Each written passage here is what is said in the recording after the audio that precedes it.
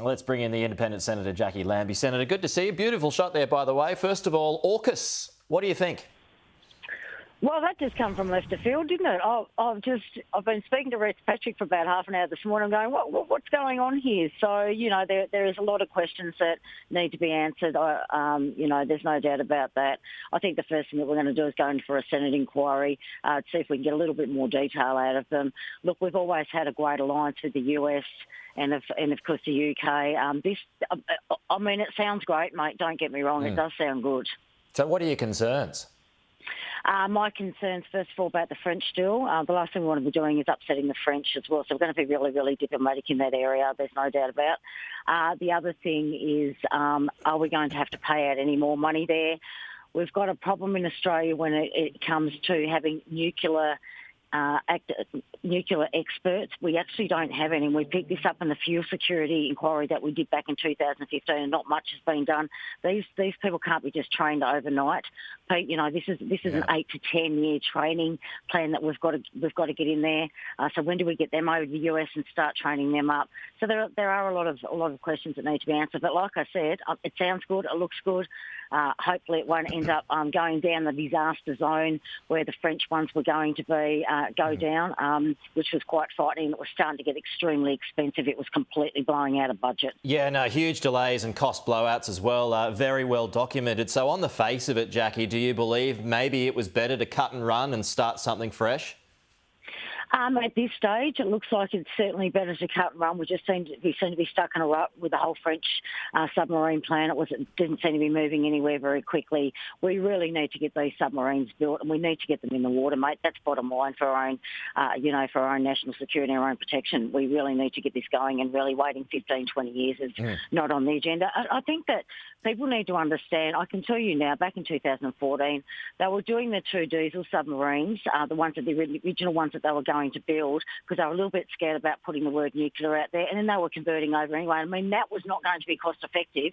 You can't go and do diesel and then say, hey, we're going to now convert over. It was never going to. It was just made no common sense whatsoever. Are we vulnerable? I mean, it's still going to take some time, as you mentioned there, for us to be able to get these nuclear-powered submarines, and hopefully it would be a lot less than the attack-class submarines, which, as you know, were scheduled to arrive here at about 2035, which is a way off. So, again, there's still going to be some time before we get these nuclear subs. Are we vulnerable in this region when it comes to the rise of China, Jacqui? We are extremely vulnerable. We are an island nation. We don't even have a weapon defence system up there on the top properly that's going to help us out. We've got 67,000, give or take, full-time troops, which is just enough to fill up half the MCG, and reservists about 30,000 on top of that, mate. Well, as an island nation, we've really got to get it together, and we need to do that quite quickly. But if it's going to take 15 or 20 years, we've got to shorten this process. I'd like to see him in under 10, mate. There's no doubt about it, and I'm sure many other people would too. Does this, I've put this question to everyone this morning, but does this open the door to a nuclear industry now? And if it doesn't open the door, perhaps does it unlock the door? I certainly think it unlocks the door, and I think people have become. I think it was Jay Weatherall, one of them did that Royal Commission into nuclear quite a few years ago, and people started to become a lot more comfortable with nuclear power.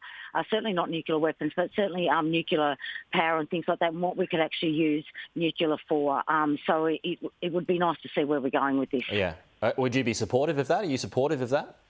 Oh, I'm absolutely supportive of the nuclear submarines, mate. Just let's get them done, get them in the water. Let's beef up our defence. What about power in general? Nuclear power. Oh, yeah. Nuclear power. Yeah, I love the stuff. Well, I don't know. This is what I mean. We don't have these trained people down here, and this is our biggest problem that we've got. So the other thing is, of course, then it's training the crews. We're going to need a lot more Navy personnel and have them trained up over the next 10 years as well. Yeah. So, but we need to start talking about nuclear power and what nuclear can provide on a safe zone for us. Did you see Joe Biden forget Scott Morrison's name? I did see that. I don't know whether he forgot it or whether he was just being friendly. So I don't really know. I think he would have had a script and that in front of him, so it was probably just written in the script. So I didn't mind. I thought it was quite friendly the way he said it. It seemed pretty matey, so I'm good with it. That fella down under. Well, you can see both sides of that argument. Hey, Jacqui, good to see you. Thanks for your time this morning. We'll talk to you again soon.